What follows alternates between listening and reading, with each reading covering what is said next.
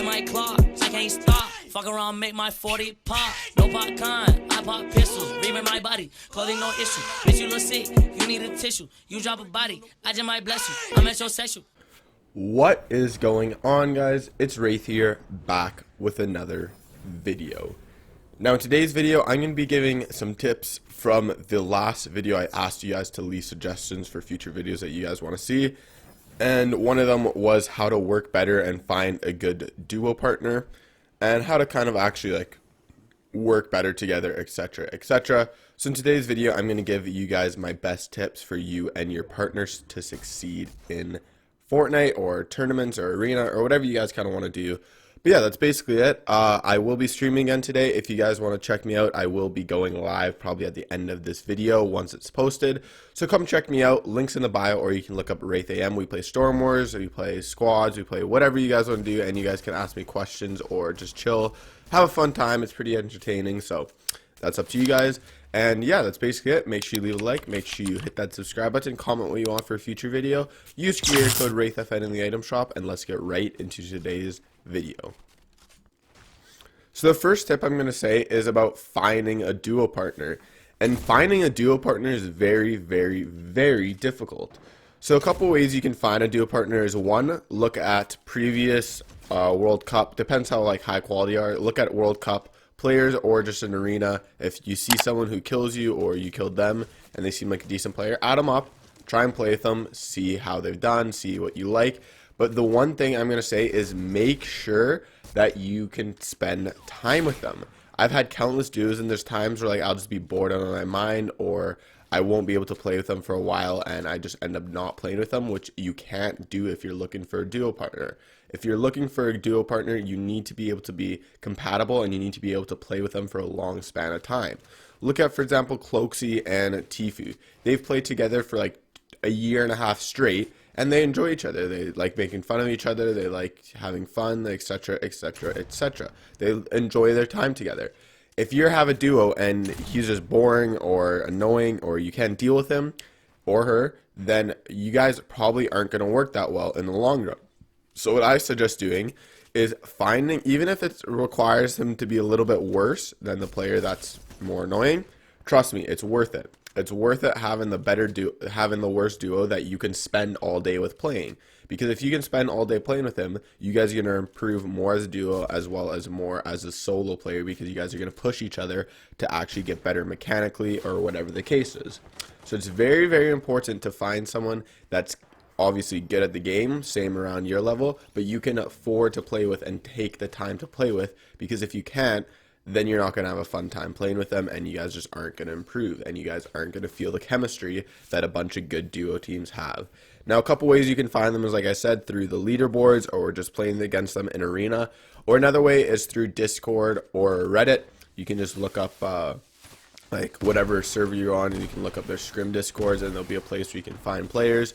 Or on Reddit, they always do like a finding a duo partner every so often that you can do as well in Fortnite competitive. So I suggest that as well. But let's move on to the next tip.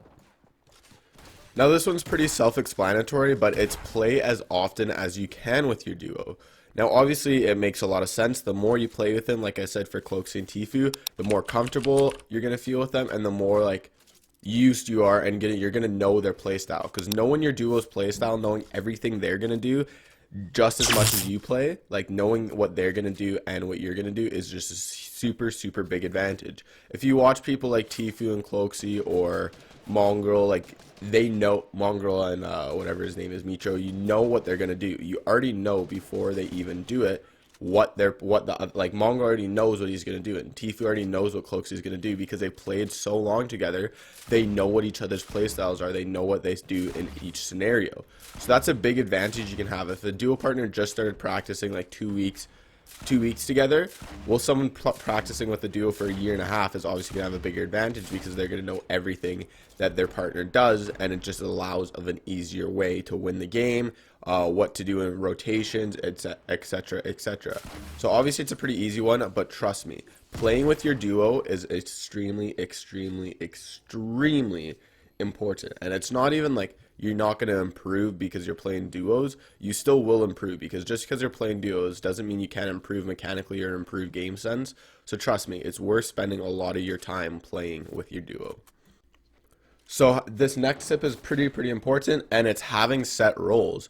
So you need to know with your duo who's good at what and what kind of your role should be. So for example, if you're a more mechanically gifted player and you're more like you're very skilled in editing and aiming, etc., well then you should always be the guy in the front making the rotations, etc., taking the more aggressive route on fights, not staying back. Well, the other person, the more intelligent person who knows more rotations, knows when to rotate, knows when to take fights, when not to take fights, is staying a little bit more back, providing that support role, because it's very important to have a support role and an aggressive role.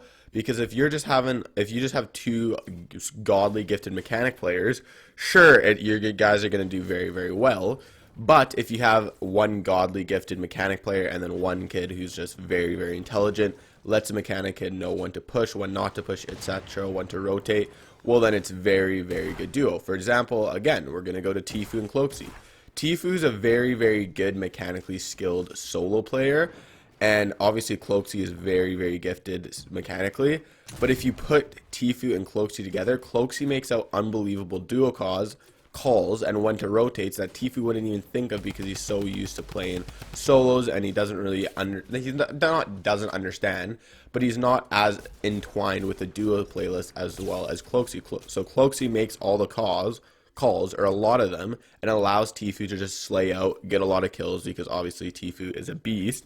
And Cloakzy is more of the support role. He lets Tfue know when to push, when not to push, etc.